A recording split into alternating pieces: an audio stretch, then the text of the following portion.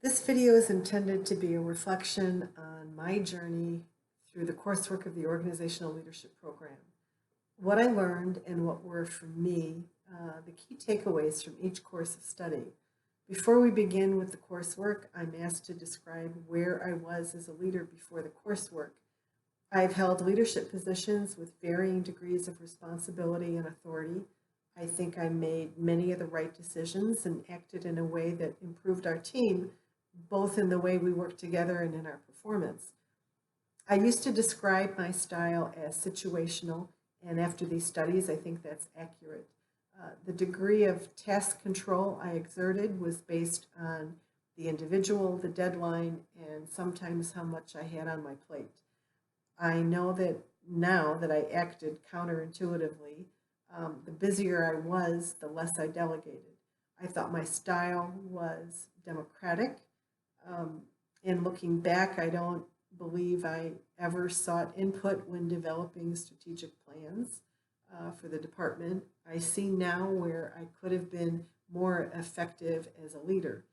The Issues in Organizational Leadership course served as a primer or foundation for the courses that followed. Many of the topics we studied were expanded on in later classes, and while it was only one page provided with our material, I will continue to refer to the characteristics of healthy and unhealthy organizations. We studied the importance of effective leadership, the traits, characteristics, and behaviors typically shared by effective leaders. We learned to recognize the source of a leader's power and the importance of understanding how culture, both national and organizational, impact leadership. In our global economy, it's essential to be aware of cultural differences in terms of power distance or assertiveness, as well as how much a culture relies on its norms to reduce uncertainty. Our project for the course was to construct a personal leadership development plan. Despite my years in business and leadership, I had never spent as much time considering my strengths and weaknesses and setting personal goals for improvement. We studied data-driven decision making for 2 terms, and I found these courses to be fascinating. DDM takes the use of statistical data and raises it to the nth degree.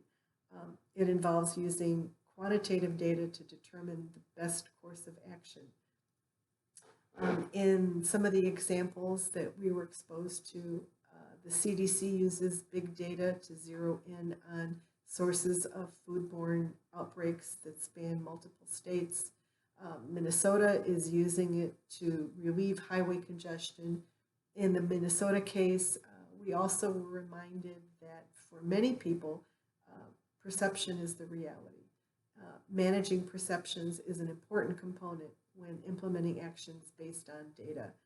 Data-driven decision-making uses principles pulled from statistics, economics, accounting, and finance. It uses historical and real-time data to guide decision-making, taking out the guesswork and the intuition, and leading to decisions with better outcomes. Our project in the first semester was to identify a problem and solve it using the available data. We used the workbook supplied to identify what data to collect, where we might find it, and how to interpret it to guide us in solving the problem. In the second semester, we had the opportunity to get hands-on experience working with a large data set in Microsoft Excel. The 3-part project consisted of a data analysis report using pivot tables to extract and analyze the data and prepare graphical representations of the information. An important lesson was this: for information to be useful, it must be understood. With that in mind, we put together a narrated PowerPoint deck as an easy to understand vehicle for sharing the information with others. Behavior, Ethics, and Leadership was another 2-semester course. Leadership and organizational ethics are, for the most part, intertwined. A leader's behavior and ethics trickle down through the organization. We saw that in our case study of Ford and the decisions made during the design production of the Ford Pinto and the decisions made after Ford became aware of the deaths associated with the vehicle. Passenger safety was not a core value at Ford at that time. An investment between $5 and $11 could have prevented countless deaths. Ford could have added the nominal amount to the $2,000 retail price of the vehicle, or it could have reduced the per vehicle profit by that amount. It appears that neither was an acceptable option to Ford leadership at the time. And from my research, no one in the organization argued for vehicle safety, not even the recall coordinator. In our second term, we studied the importance of being able to recognize which organizational behaviors are intrinsic or extrinsic motivators, and knowing which type of motivation will work best for individual employees. We took a closer look at the sources of leadership power and when and how and best to use that power to influence individual and group behavior. Finally, we examined situational leadership and were to recognize situations where one style may be better suited over another. Our project for the term was a case analysis of the highly successful 1999 turnaround at Nissan led by Carlos Ghosn. It's no wonder it continues to be studied in business schools. Ghosn was an outsider. He came to Nissan as a foreigner, had a long history whose focus, Nissan had a long history whose focus was on its supplier relationships rather than on customers or profits. He provided a positive vision of the future, and wherever possible, he sought to address employee fears. Some changes he made were immediate. He reduced the number of suppliers drastically and the number and types of models Nissan was producing. In the end, what he did was remarkable. He took Nissan from near bankruptcy to record profits in about a year's time. Since the turnaround, Ghosn's been treated as a superstar. And now there's a new dimension to the Nissan turnaround story. Ghosn was arrested last November on charges of underreporting his income and temporarily holding personal trading losses on Nissan's books. You know, it's hard not to think of the phrase absolute power corrupts absolutely. Ghosn's behavior was more than a moral lapse, for sure. First, he has sufficient wealth that he needn't have done any of the things of which he's accused. I personally believe it's likely that he did what he's accused of, but I also can't help thinking that he's, at least in some small part, a victim of his circumstances. The money, the fame, and the power that was thrust upon him are all corrupting influences. And I think at some point we have to ask ourselves whether we set our leaders up to think of themselves as being above everyone else, including the law. In Leadership Theory 1 and 2, we focused on more practical applications of leadership and management. We took a closer look at leadership theories with a focus on developing the knowledge and skills needed to analyze organizational processes, as well as looking at the internal and external environments in which an organization operates. We learned to apply leadership theory, specifically the modern theories, when addressing the various challenges of leading organizations or projects. Our first project required that we choose an organization on which to perform a SWOT analysis, and we used that information to identify process improvement goals and develop recommendations. Leadership theory is applied to practical problems in planning, organizing, and controlling workplace situations and activities. Some of the topics that we studied in Leadership Theory 2 include motivating individuals and groups, communication, operations management, and the control function. In my experience, communication is one of the most critical of leadership behaviors. I have found that poor communication, miscommunication, insufficient communication, or a lack of communication is at the heart of nearly every problem we face, whether it's at work or at home. It's an integral part of every other leadership or management behavior or action. I think leaders need to be transparent. If followers or employees don't know what's happening or going to happen, it's human nature for them to expect the worst. Transparency and frequent, meaningful communication build trust. Clear communication can ensure the job is done properly the first time. We learned it's essential to choose the proper mode of communication. Written communication is less likely to be misinterpreted, but it's also likely to be ignored. Oral communication tends to be less precise, but is more stimulating, flexible, and frankly harder to ignore. We also learned that facial expressions or gestures may signal the opposite of what's being said. We also studied operational controls, or regulating the work activities that produce a product or service.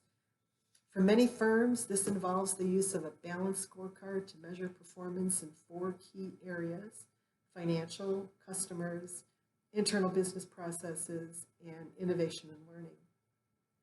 For our project, we developed a process improvement plan describing the issue and proposed process change. The process boundaries identify which area or areas are to be affected. We then identified the current process configuration and developed metrics and control limits, and then set targets for performance improvement. As part of the coursework in leading change, I researched local firms and leaders. All described theirs as a learning organization that embraces change. I'm glad for the hands-on experience of developing a formal change plan. I also learned to recognize the stages in the life cycle of resistance that occurs during the process of cultural change. There will always be some degree of resistance to change. Knowing how to introduce the change and prepare for and manage that resistance will better prepare me to facilitate change in the future. I think I'll find that what we learned about the restraining forces of change will be most useful. Knowing what obstacles we may face, why they occur, and how to manage them could prove to be quite valuable in the future. Left unmanaged, obstacles can doom a change movement. Our project for the course was to develop an extremely detailed change management plan. In it, I identified the need for change, its scope, its cost estimates, as well as a communication plan. It also included a comprehensive action plan outlining specific actions, the individuals or the groups responsible for their completion, and a time frame or deadline for each activity. In Capstone 1 and 2, we were required to synthesize and apply all of what we've learned to complete assignments on topics such as leadership traits, behaviors, and situational leadership. Our project for Capstone 1 was to interview 2 leaders and connect their responses to the concepts in our course material. I was fortunate to have successful and effective leaders from 2 respected organizations in our community agree to take part. They were very different in terms of their background, their scope, the types of employees they led, and even in the types of challenges they face at work. What I found striking is that both participants employ many of the same theories and practices. In that way, they were very much alike. The exercise validated much of what we'd learned in org leadership. We had 3 projects for Capstone 2. The first, a strategic case analysis on an organization of our choosing, which was to include its mission statement, its history and structure, a SWOT analysis, identifying and examining the organizational strategy, and our recommendations based on our research and analysis of the organization. I chose Encore Electric Delivery simply because of a television commercial of theirs piqued my curiosity. I began my research knowing virtually nothing about the company except that they supplied electricity to my area. Once again, I was surprised by just how much of what its leaders are doing directly relates to our coursework. The leaders at Encore use technology and data-driven decision-making and continual learning as part of carrying out their mission and their goals. I would have to begin my description of myself as a leader now with the phrase, "You don't know what you don't know." I'm someone who's been a leader for some time and who learned mostly through experience and watching others. I'm glad I chose this program. My skills and knowledge have certainly improved, and I think I'm a better leader for it. As for where I go from here and how I want to continue my leadership journey, I've decided that after a short break, I'm going to continue my education and pursue a master's degree, most likely in business analytics. In closing, I want to thank my professors for pushing me to do my best. I want to thank my husband for his support and understanding, especially when my studies left us with little time together and it even intruded on family events. And to my mom and dad, whose own studies were curtailed by war. I'm grateful they came to this country, and though they both rest in peace, I think I've made